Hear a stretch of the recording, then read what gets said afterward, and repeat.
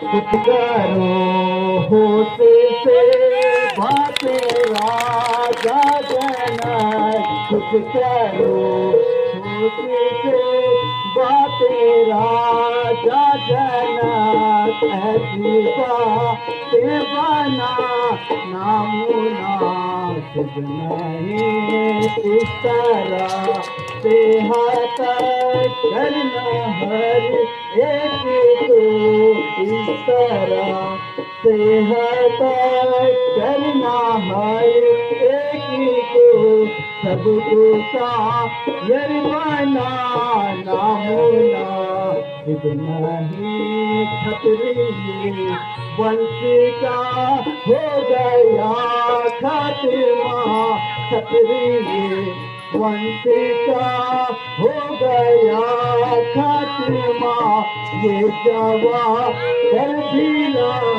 नामुनासिब नहीं कर लिया फैसला, घर में ही बैठ कर लिया फैसला, घर में ही बैठ कर ऐसी से ही जताना नामुनासिब नहीं।